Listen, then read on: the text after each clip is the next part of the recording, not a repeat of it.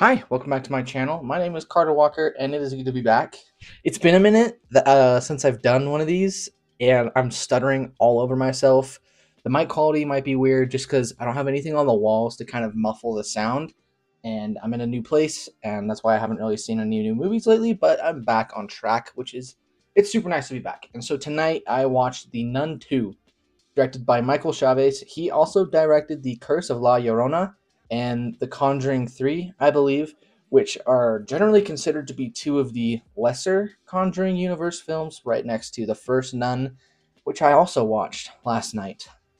And this is a sequel to the last Nun movie, and it once again follows Sister Irene as she goes to stop Valak, the evil nun demon spirit, from killing again. And it's got Maurice in there. Before I get started, have you guys seen The Nun 2? Have you seen The First Nun? What did you think about it? Do you love the Conjuring movies? Do you hate them? Are you getting tired? Let me know down in the comments below. So I guess I'll just get right into it. With the positives of this movie, I really enjoyed Marco Beltrami's score. That's like the first positive I'm going to give it, is Marco Beltrami's score is really good. It's really well done. He did Logan and the Quiet Place movies, and he just has this very somber tone, very eerie, that can be done really well. There's some songs in Logan that are just very like violin centric, very eerie, very somber. And he does the same thing here, which I really enjoyed. It added a lot to some sequences, especially near the end of the movie. Some sequences that normally would be very generic, but are elevated a little bit by that score. And even though what's going on is extremely generic,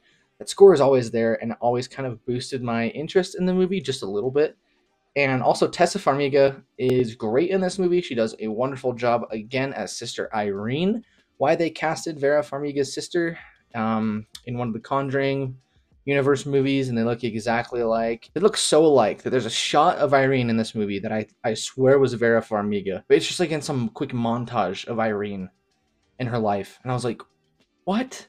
Just stuff like that is weird in this movie. This movie was very strange. It felt very weird. Some of the scare sequences were good. Some of them.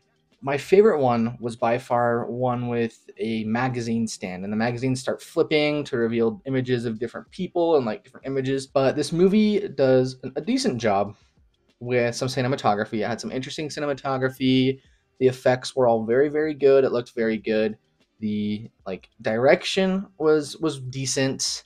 It's not anything outstanding, but there's some great shots here, some great tracking, some interesting like pans and tilts that help a lot with like kind of building tension within the film, which I enjoyed. The third act is decent. The third act is very messy. I think it's messy, it's chaotic, it's cluttered, but I enjoyed it. It's just so over the top compared to the rest of the film that it helped me kind of just sit back and be like, yep, I'm just gonna sit back and enjoy this, enjoy the chaos.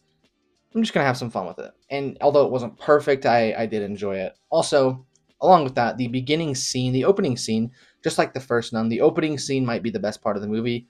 Very interesting, very well done, very haunting and engaging, really hooks you for the rest of the movie, and it's a shame that the movie really didn't deliver. I guess I'll just continue right into that. I did not like this movie. I didn't enjoy this movie. I thought parts of it were decent. It's not terrible. It's like on par, if not a little better than the first Nun. It's just as aimless, it's just as forgettable, it's just as pointless to me as the first Nun movie. Yes, it's a prequel, but for some reason these Conjuring prequels, at least the Nun series, doesn't do anything interesting with the lore. Where at least with the Annabelle movies, it had interesting lore. There was like always something going on. It was dynamic. You had the first movie with the family, and you had the second movie with the orphanage, which was awesome. Annabelle creation is great. Very, very well done. Very haunting. Very creative. I haven't seen the third movie, so granted, it could be totally terrible. But at least with the Annabelle movies, they do something interesting with the lore, interesting with Annabelle, and always try and mix it up. To me, the Nun movies are people walking into places, the lights go dark, they have a vision, or they get jump scared by the nun. And that's it. I don't know if it's me. I could be unfairly judging this movie. Tell me if I am. But I'm just so tired of jump scares in movies. It was overdone in Insidious 5 this year, which I enjoyed more than The Nun 2. It's just so overdone. I just got tired in this movie of realizing it's just going to be exactly like the first one. It might be a little bit more comprehensible, a little less laughable, a little more like competently done than the first one, but it's just like the first one, to where it's sequences of people walking, getting scared, repeat. And I mean, at least there's some mystery. At least there's like something driving the plot. There's some interest. There's like weird like National Treasure Indiana Jones stuff going on, which I found laughable. It was just so out of the blue, so out of left field. The side characters are forgettable. My mix and negatives here is just going to be all rolled into one. Because I honestly, my mix is pretty much just my negatives. A lot of the scares fell flat for me because it's just jump scares, not real scares, just jump scares. So, it's going to get a reaction out of anybody, of course, when the noise is louder than anything I've ever heard before in my entire life, coming at you full force, or it's a still image and then it jumps at you. It's going to get anybody. It's cheap. It's not effective. This is the same rant I had in my Insidious 5 review. It's not interesting to me anymore. As I've been getting more engrossed in horror, it's just so bland. Some jump scares can be done really well. Exorcist 3, Insidious, The Thing, Nightmare on Elm Street, stuff like that. Jump scares that stick with you forever and ever and ever. And jump scares that are creative, they're inventive, and they're not accompanied by the loudest freaking noise you've ever heard in your entire life. It just gets old, it gets repetitive. The first Conjuring movie was really well done with its jump scares. They could be loud, they could be accompanied with sounds, but more often than not, they were real things happening to the characters that were horrifying. It was like the music box jump scare, the hide and clap jump scare, things like that. The first Valak jump scare in Conjuring 2. Things like that are very effective, and the Nun 2 had none of them. It added Storm Reid, who I enjoy her in other movies. She's very bland, very forgettable. Her character in this doesn't do anything, really, was very inconsequential to the plot. Didn't enjoy her character at all. Didn't really enjoy any of the characters. If I'm being frank, all of them fell flat for me except for Sister Irene. I don't know what it is, but this movie, for some reason, is like my scapegoat for problems within horror. I could be just talking crazy here. But it just came off to me as soulless. The third act, again, was fun. There's some great scares in the third act, some great inventive things that they do with like a creature, some great things that they do with Valak to kind of mix up the scares. But the kills are off screen or quick cutaways, so you don't get too much gore, because it's rated R, but you don't want to get too much gore. I don't want to get too bloody. It's like, dude, why don't you just commit? Imagine how like it'd be visceral if you saw some of these kills up close. And just the fake cheap jump scares. There's like fake jump scares with crows that didn't work for me. There were a few that really worked for me, but it's just jump scares. For me, it wasn't building genuine tension with a payoff. It was building, there was a few times it built genuine tension with a payoff of a jump scare, or a jump scare to another jump scare. And it's not scaring you, it's just making sure you're awake every 5 minutes, because the movie, the first like half to 2/3 were so boring after the opening. To me, I was so bored.